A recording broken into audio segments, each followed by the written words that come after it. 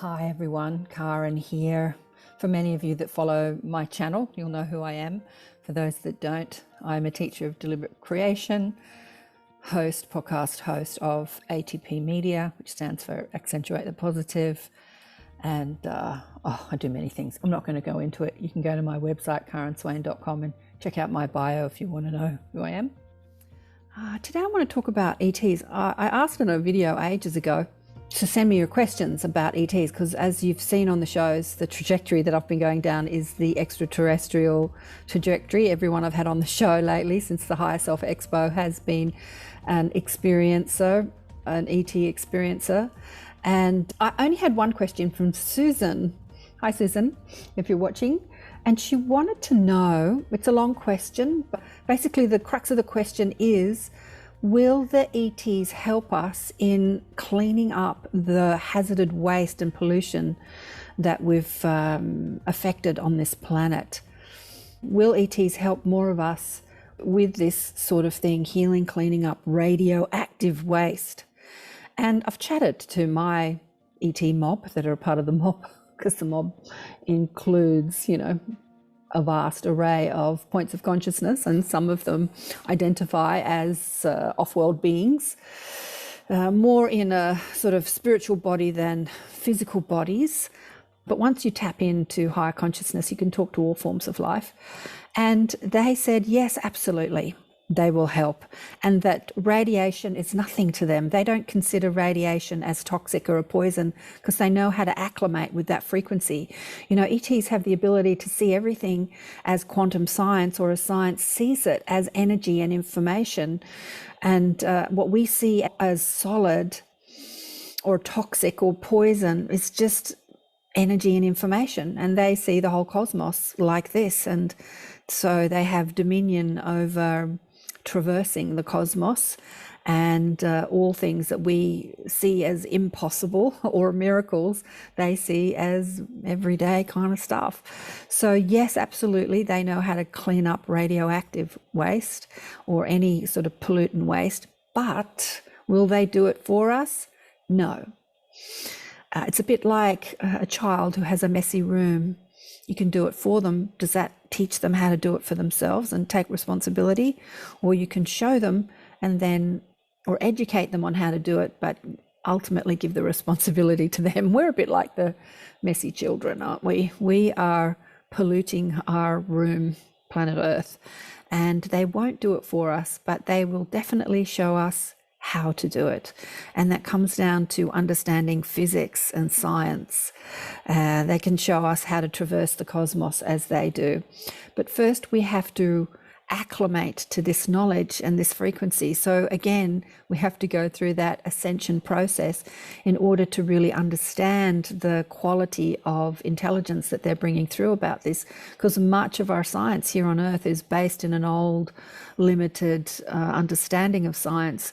And so when they do try and teach us, we have no understanding of what they're talking about, because we haven't reached that stage of development yet. So we have to reach a stage of development consciously and understand that science is not just about the physical universe, but it's about a spiritual universe or an energetic universe, and to understand frequency and vibration and how we are at will in order to achieve anything in frequency and vibration that we can. And that's what I've spoken about in the past in the other videos that I've done in this series, that we have to understand that we are deliberate creators of our reality, and we have the ability to deliberately change our vibration and acclimate to a new frequency. We can move from feeling bad to feeling good at will, that we're not reliant on the world to change in order for us to feel better. This is something that they fundamentally understand, and they have expanded on that in ways that we as humans at this stage of our development have no hope in understanding. The way they use telepathy, we're just starting to understand what telepathy is, and people are teaching it, but they compartmentalize streams of thought and consciousness so that they can send out, a bit like an email, a bit like our internet. They can send out streams of information to different people and sort of separate it all so that person receives that email and that person receives that email. I mean, how do they have that sort of control over their thoughts? We as humans are so unfocused. We think about meditating, and we sit to meditate and our thoughts are all over the place, and people go, oh my God, I can't meditate, my thoughts just drive me crazy. Well, you need to get a handle on those thoughts and focus your mind in a way that feels good. So if you're thinking crazy thoughts, move that crazy thought compartment over there and tune into a different thought frequency. We can do it. We can all do it. We have the ability to do anything we want, but it does take practice, because we've been practicing an old way of being, which means that I think and feel according to what's happening to me, and I have no control over that. So good stuff happens, I feel good. Bad stuff happens, I feel bad. We need to really harness the power of intention and our minds. And when we do, we can start channeling, as I said before in the channeling video, we can start directing our thoughts and our frequency and our vibratory stance and allowing different streams of consciousness to flow through us, including mathematics that is beyond this world. Actually, I know many people that bring through mathematics that's beyond this world, that the mainstream mathematics society has poo-pooed because they don't understand it, or science that is beyond this world, that the scientific community has poo-pooed, or the physics community has said, no, that's not true, because they don't understand it. But we have to bring the consciousness component into the mainstream to understand that consciousness creates everything, and that we are energetic beings more than anything, and that we have dominion over our energy. And when we understand that, then all things are possible, including cleaning up radioactive pollution in our world. At the moment, a nuclear reactor goes off, or a nuclear substation explodes, like the one in Russia in Chernobyl, and nobody can live around it for hundreds of years to come, because we don't understand how to clean up that frequency and that vibration. The ETs say they do. It's no big deal to them, and they can teach us, but they won't do it for us. But we have to change first and move to a new understanding of who we are before they can do that to us. And many people are bringing through this information, and as they try and get that information out to the world, they get shut down or slammed or seen as crazy or woo-woo or insane or whatever. But we have to stay strong to our commitment of knowing who we are as genius creators, and practice focusing our thoughts. Practice focusing your thought. That's the most powerful thing you can do in your ascension spiritual journey, is to practice focusing your thoughts. Esther Hicks and the teachings of Abraham often bring up them, because Abraham's part of my mob. Although I don't call them Abraham. Esther calls her mob Abraham. I call my mob the mob, or blissful beings. I've lost my train of thought now. What was I going to say about them? Oh yes, she says, they say through her, that as you focus on one thought that holds a specific vibration for 7 seconds, you start to physically manifest it into this experience, into this vibratory density. And if you can hold that one thought for more than 7 seconds, 16 seconds, it starts to manifest it. Play with it, try with it. Think of, if you have pain in your body, here's a test for you. If you have pain in your body, think of that part of your body and see that part of your body as completely pain-free and completely healthy and well. And try and maintain that thought and that feeling for over 7 seconds, 16 seconds, 20 seconds, 30 seconds, a couple of minutes. See how you go and see the effect that it has on the physical manifestation of your body. Maintain that thought. And if you can maintain it for a couple of seconds, right, I can see it. And then you go, oh, I'm thinking about something else. Oh, no, I'm going to come back to that thought. That's not maintaining the thought. Try it. Try maintaining a thought for more than 7 seconds, 16 seconds, a couple of seconds, a minute. Maintain that thought. That is the power of focused intent. Yeah, try it.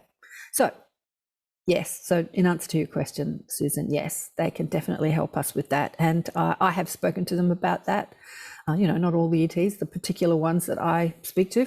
I don't know their names, they don't give me their names. Okay, the Octurians, the ones I speak to most of the time.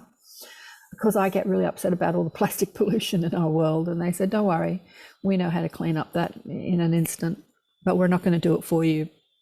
You need to take responsibility and stop producing pollution like you're doing in the name of money, and not see that this world is, we're all connected, including Mother Gaia. Would you walk into somebody's house and throw all your rubbish around their house and walk out? Well, that's what you're doing to the earth, the house. We live in a dirty house. We need to clean it up. So we need to take responsibility for what we're doing and stop producing pollution in the name of money and commerce, and see that the health of our world and the health of our beingness is so much more important than how much money we can generate and how rich and successful we can be. So much more important. And I think that's happening because as we're going through the current crisis in our world, many businesses are shutting down and people are starting to look at what they value and where their priorities lie, as they're off the treadmill of just going to work to earn a living and struggling to earn a living, and starting to sort of reevaluate who they are and what they want to do with their life. And if they can't do what they've done before, then they have to change and do something else. And what is that?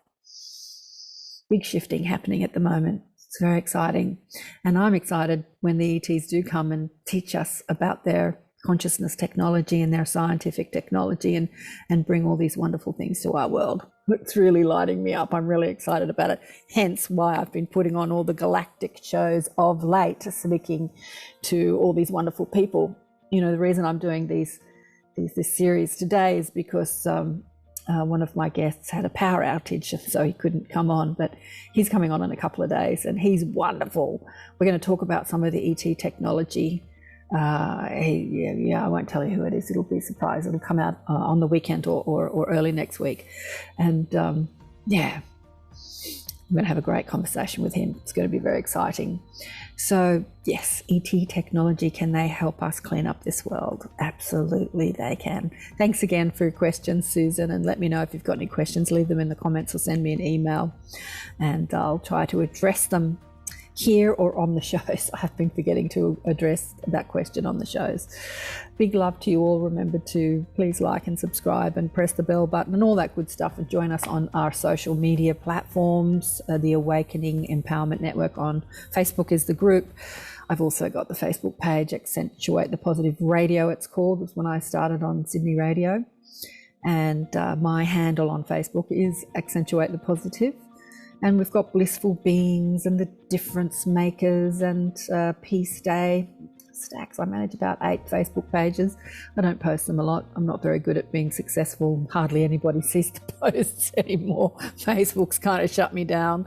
I'll have a very few people that see the posts. But anyway, I still keep posting, and check out the other links. I'm exploring other platforms like Signal and Telegram, and Mighty Networks is another platform, and Rumble, BitChute, Odyssey, video platforms. There's all sorts of new platforms rising up to meet the current censorship that's happening on the major platforms. It's an exciting world we live in. Love you all big time. Bye for now.